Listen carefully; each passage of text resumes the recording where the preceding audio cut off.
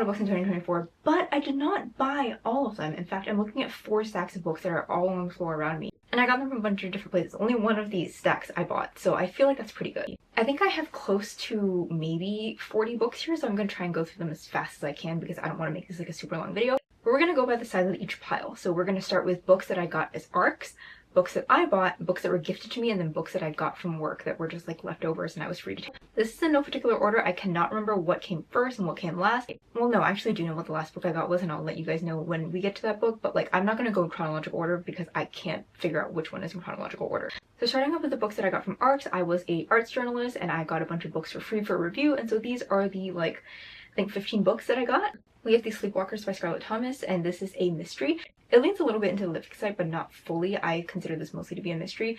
I didn't really enjoy this. Even though I tabbed it, I had to do that for work. I didn't really enjoy this, and I'm actually going to figure out how I can give this away. I was supposed to bring this back to the office before I left my job. Completely forgot about that. The Spoiled Heart by Sanjeev Sahota is another book that I was given. This is also a mystery. I don't really like this one either. I think I also gave it 2 stars. It follows a politician who's trying to make change for people of color. I found him really insufferable, and I just really didn't like the way that he made everything about himself. And he also pursued a woman relentlessly to the point where he like literally invaded her life and made it impossible for her to not say yes to a date with him. Really did not like this book. It is, I think, nominated for awards though, or at least this author is. The Long Water by Steph Penny was one of my favorite books of last year. I think this was my 2nd or 3rd favorite of last year. I love this so much. It is another mystery. This is definitely in more of the lit fic space.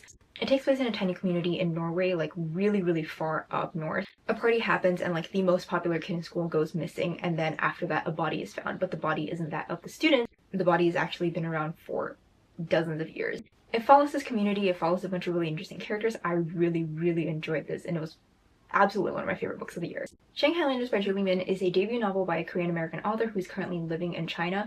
This book is told in reverse. I have not read it yet, but it is told from the end of a marriage, I believe, to the very beginning. It follows this one family as they navigate their relationships to each other and to the world. I got to interview the author, which is really cool. That was one of the things I loved most about my job, but I haven't read this and I really want to. Also, the cover does this really cool thing. I love that. I don't know why, I love that. And then we have what I believe I did crown my favorite book of the year, which is Mina's Matchbox by Yoko Ogawa.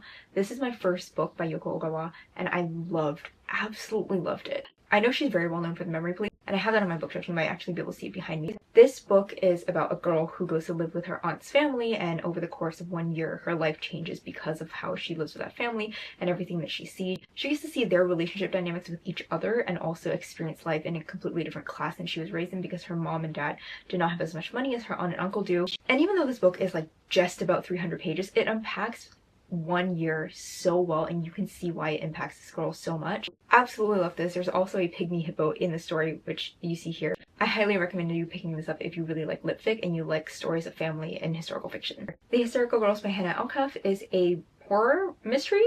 It takes place in a school. Basically, one day a bunch of girls start screaming and they don't stop. It's happened once before, and one of the girls is trying to find out what is going on, what led to the screaming, because her sister is affected by it. And in the meantime, another girl who's been pressured by her mom to be absolutely perfect is trying to avoid everything until she gets dragged into the mystery as well. Little Rot by Akweke Amezi. This book is so good. This is also one of my favorite books of the year. I absolutely love this. I love how it talks about class and gender and all these issues. It takes place over a weekend, I believe, in New Lagos, which I don't think is a real place. It's supposed to actually just be Lagos, but this happens in like the rich underbelly of it, and you get to see how money and power corrupt people. It's so many trigger warnings for this book. It is so heavy on the trigger warnings, but it is so good. This is my first Akweke Amezi book, and I would definitely be reading a lot more from them in the future. And then we have a book that I forgot to include in my DNFs of the year when I did my wrap up on Instagram, and that is Horror He Wrote by Tanjit Singh. This is by a doctor. This is published by Penguin SEA, and while it is the Penguin name, you might expect there to be standards. Penguin SEA is not quite that. I probably shouldn't say much more than that because they know me and I know them. But this was really bad. It follows an author who meets a ghost who's going to help him write the book that he wants to write to be famous. But it starts off with him talking about how he's from a family of adult star actors or adult star movie writers or something. And apparently he wrote a book that was so bad that it just... There were a lot of really bad things about this book. I DNF'd it really quickly. Nothing in this made sense. And then I hate ranted about it to a friend who's also a bookstore owner. This I'm getting rid of as soon as I can. I don't care what anyone says. I just found a bunch of tabs in here. This is where my tabs were. I've been looking for these for so long. How to Leave the House by Nathan Newman is a debut attempt at litfic, which I did not enjoy. It follows a bunch of people in a town over 24 hours. You get to read about their story and how their lives intersect with each other, but there was absolutely no point to this except to be pretentious, and I really didn't like it. Parasol Against the Axe by Helen Oyeyemi. I really wanted to love this because I've heard such great things about Helen Oyeyemi's work. I begged to be the one to read this. I am not smart enough for this book. I don't understand what happened. This takes place in Prague, I believe. It follows two friends out of a trio of friends. I don't remember why they're around. There's a mystery as to why these two friends had a falling out. There's also a book that keeps appearing in random parts of this book, and every time you open that book, a different story is in the book with a different description of the author and whatever. That was more interesting than the actual plot of this. All I remember about the plot of this is that a woman pees on the ground and a mole person appears, and also someone gets married to a goblin. All this and more about Pink Shepherd. It was also one of my favorite books of the year. I really love this. If you ever did those choose your own adventure books as a kid, this is one of those, except as an adult, I absolutely love this. People might not like the story because it's one of those like, oh, your life is good as it is, like, would you do anything to change your life kind of stories.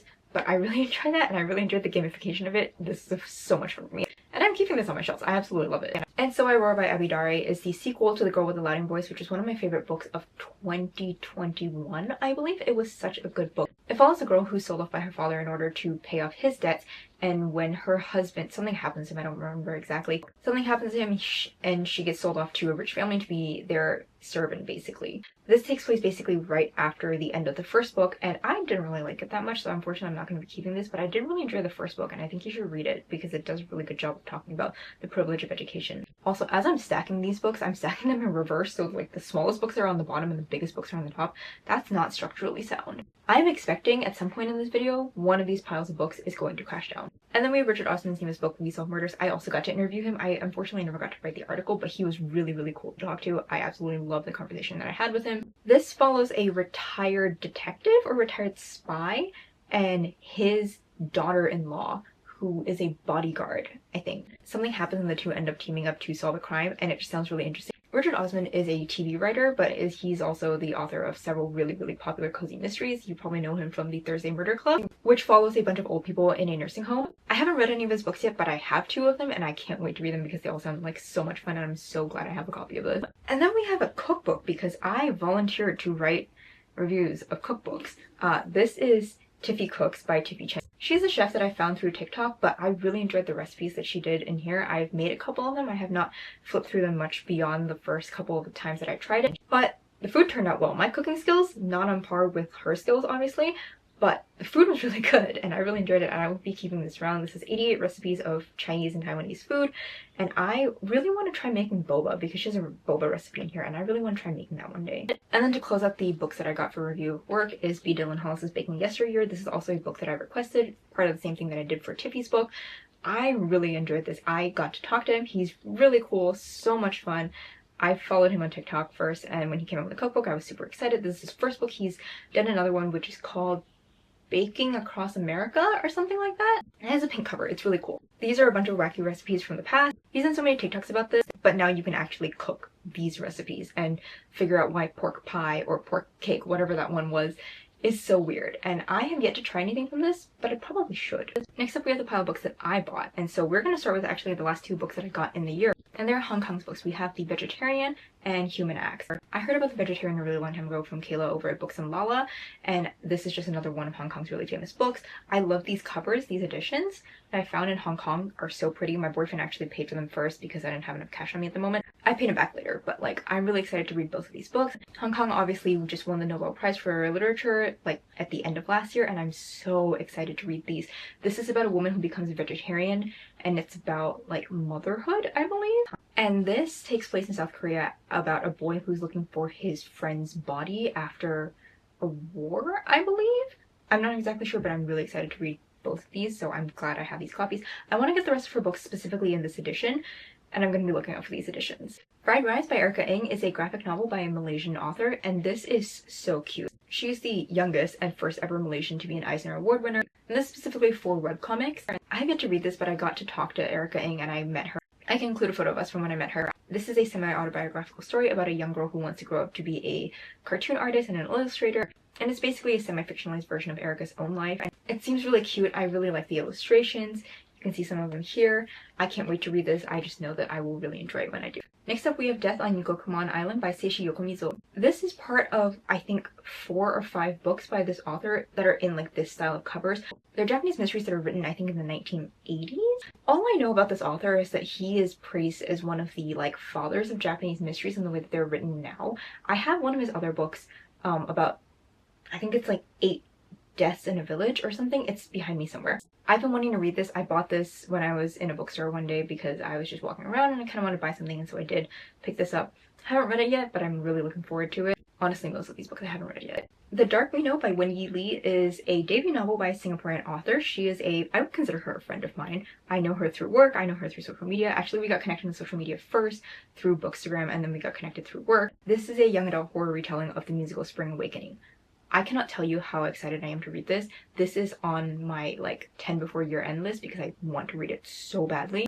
Not only because Wenyi is a friend, but also because this deals with themes of returning home when you don't want to, and that's something that I've struggled with coming back to Singapore when it wasn't exactly my choice because my visa ran out and I couldn't stay in the US anymore. So I can't wait to read this. I'm so excited. And Wenyi has another book coming out this year, I believe. Yes, 2025, Butterflies. I'm gonna insert a cover of it over here. And Wenyi, if you see this, I'm so sorry I didn't remember the title of your book. But she has another book coming out, and it's her adult debut that's coming out later this year, so I want to have this read before then. Next up was a impulse purchase that I got from Waterstones. It's this edition of The Night Circus by Erin Morgenstern. I've already read and loved The Night Circus. It was my second favorite book of 2020. If I hadn't read Addie LaRue that year, this would have been the top, and honestly, I might have to change that because I did love this so much. I love Addie LaRue too, but this book is so good. All you need to know is what everyone says about this. This is about a circus. It shows up at dusk and it leaves at dawn, and that's all you need to know. There's magic. Next up is a book you've already seen if you watch my video about unboxing packages that have been sitting on my bedroom floor for a really long time, and that is Violet's Things by Chloe Gong. This is the sequel to Immortal Longings. I did not really like Immortal Longings, but I pre-ordered this anyways because the cover's pretty. I will be reading this, I just need a bit of time because I didn't really like Immortal Longings as much as I'd hoped. And I haven't continued on with Chloe's other book, but I have this now, so it sits with my other copies. My 4 copies of Immortal Longings that you can see behind me. And then we have a bunch of Book of the Month edition books. I don't remember when these came to me throughout the year. All I really know is that they've been here for a while, and I don't remember what most of these books are. So we have The Return of Ellie Black by Emiko Jean. This is a mystery. That's all I know. It's a mystery. It intrigued me at one point, and I got it for Book of the Month. I've since paused my Book of the Month subscription because I haven't gotten to a lot of these. I can do a separate video of all the Book of the Month books that I have. Oh, it's about a detective sister who's vanished. I'm not going to read more than that because I want to be surprised. And then we have Wayward by Amelia Hart. I believe this was getting some pretty good praise back when it came out. I haven't heard much of it since, but I really like the cover. No clue what it's about. Probably a mystery. It's multiple times though. It's 3 timelines. I think it is some kind of like family secret or having to do with like a specific house. I really like the cover, and I hope I read it soon because I really like the cover, and it would be a shame if I didn't like this book because then I'd have to give it away and I can't just admire the really pretty cover. Next up we have another mystery, and this is Listen for the Lie by Amy Chintera. I know Amy Chintera from her young adult novels, which were dystopian. It was like Reboot and Re-something and Re-something. I don't remember what it was, but she's written an adult mystery now. Unfortunately, I think Kayla from Books and Lala read this and didn't really like it, and her taste in mysteries and my taste in mysteries usually align pretty well. She likes wackier stuff than I do, but most of the time we have similar opinions about stuff. If she didn't like it, it makes me a little nervous, but I'm still gonna read this anyways, and hopefully I really enjoy it. I know she said she liked the way that it was written and doesn't take itself super seriously, so hopefully I like that as well. And then we have a Riley Sager book. This is Middle of the Night. I have been keeping up with Riley Sager books, as in I've been buying them. I haven't been reading them, but I want to do a vlog where I catch up with all of Riley Sager's newest releases because I want to be able to rank his books definitively from my favorite to least favorite. Currently, my favorite is The Last Time I Lied, and my least favorite is Survive the Night, but I think Survive the Night is everyone's least favorite. He has another book that's coming out that's a train mystery. I will be getting that, and then I want to do a reading vlog of me like just going through all the books and then definitively ranking them from like favorite to least favorite. And then we have another mystery. This is Murder Row by Simone St. James. I really like Simone St. James because she writes these mysteries that are slightly paranormal. I don't usually enjoy books that have paranormal anything to them, but for some reason these mysteries are fun for me. My favorite one of her books so far is The Sundown Motel. I just really liked it. It gave me the same vibes as that Teen Wolf episode, which I think is Hotel California or Motel California. I don't remember, but I have an Instagram picture of like the book with that episode because it gives me the same vibes. And like certain things about the way that book was written like are so similar to the episode because there's like a character name that's reused. There's a symbol that looks really similar in the book to what a symbol is like in Teen Wolf if around that season. I think that's season 3. Excited to read Murder Road. I don't remember what this is about either, but I know that I will probably enjoy it. Hopefully I will. And then the last of the books that I bought is a very dusty edition of House of Glass by Sarah Pekkanen. I don't remember why I chose this. I don't think I've ever read a Sarah Pekkanen book before, but I know that she's among the mystery authors that has been like pretty well regarded over these past like 5 or 6 years. Golden Family, A Young Nanny Who Died. Yeah. Okay, it seems like a nanny kind of story, and I don't know how I feel about those just yet. I read a couple of books that involve stuff like that and I don't like the books, but I did watch Bly Manor. Okay, I didn't like Bly Manor either, but like it's not because of the nanny aspect, it's because of like a lot of other things. But I'm interested in reading this because I could always use a mystery at any point in my life. Okay, let's go on to the books that I was gifted, and we're starting off with one that's really special to me. I don't know if I'll ever read this because I don't know how well it's written, but my colleagues gave this to me when I was done with my job. This is like their little Christmas present for me that they got together, and it's Heartbreak's the National Anthem. It's a book about Taylor Swift because I'm a big Swiftie. I went to the Eras Tour concert twice when she was in Singapore, and so they gifted me this, and it's really cute. It's really thoughtful. I don't think I will probably ever read this. I don't know. I don't know what it could teach me that I haven't learned from the past like 14 years of being a fan. Probably could teach me something, but I think this is really sweet and I'm gonna put it on display on my bookshelf somewhere. Next up we have a book that was gifted to me at a awards event for books. It's Ministry of Moral Panic by Amanda Lee Coe. I don't know if I'm gonna read this because it's short stories, and I typically don't like short stories. I've said before that I want to like try and get into them, but I don't know if they are for me. I've just never really enjoyed short stories. So I have this if I want to try it. I'm not really sure about this one. We have another copy of The Dark We Know by Wen Yi. This was gifted to me by her, and I have character art that she gave me as well. It's also signed. My hardcover edition is also signed as well. It's in the bottom of a different pile, but it's also signed, and I have this. And I'm keeping this because it's, you know, it's sweet. I haven't had an author personally gift me an ARC in quite a while, but she did because I was interviewing her and she was like, oh hey, if you want to read the book beforehand, like I'll just send you a copy. So she did, and it's really sweet, and I have it now. And then we have 2 of the most beautiful books that I have ever owned, and these were my technically Valentine's Day present from my boyfriend. They took so long to ship out that by the time they arrived they actually kind of doubled as my birthday present, and that is Song of Silver Flame Like Night and Dark Star Burning Ash Falls White. These are limited edition copies of these books, and look at how pretty they are. Just look. I will include some photos that I took of them when I first got these, but these are so pretty. I own the normal edition of this. I haven't read these books yet, but just look at how pretty. Like, this is just regular hardcover, but I'm gonna show you, like, that is so stunning. I absolutely love these covers. These are the only books on my shelves that I display like this instead of having the spine out because they're just so pretty. Like, the detailing on all of this art is so nice. I hope this is in focus so you're able to tell. It's so pretty. Oh, I love them so much. They're so pretty. I stare at them all the time and they make me so happy. That is the last of the books that was gifted to me, and now we're going on to the final pile, which is the books that I took from the office that no one wanted, and so I was free to take. Thankfully, I only have 3 books in this pile. I actually had more, but I decided not to take a bunch of them.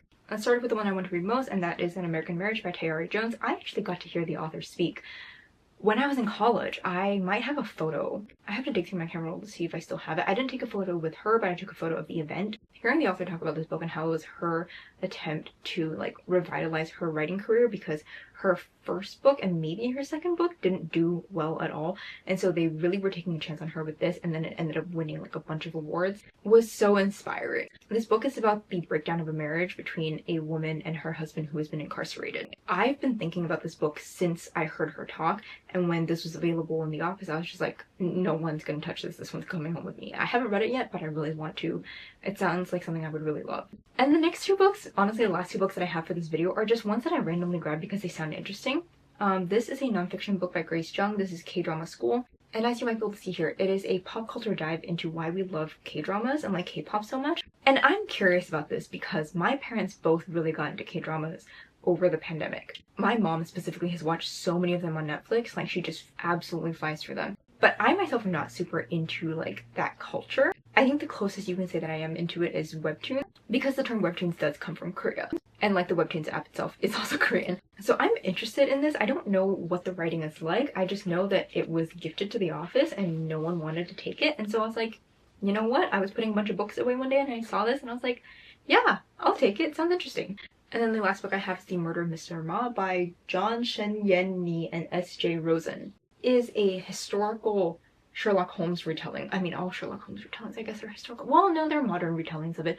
Actually, no, this isn't Sherlock Holmes retelling. What am I talking about? This is just historical mystery. And it follows two unlikely allies who race through the cobbled streets of London in search of a killer targeting Chinese immigrants.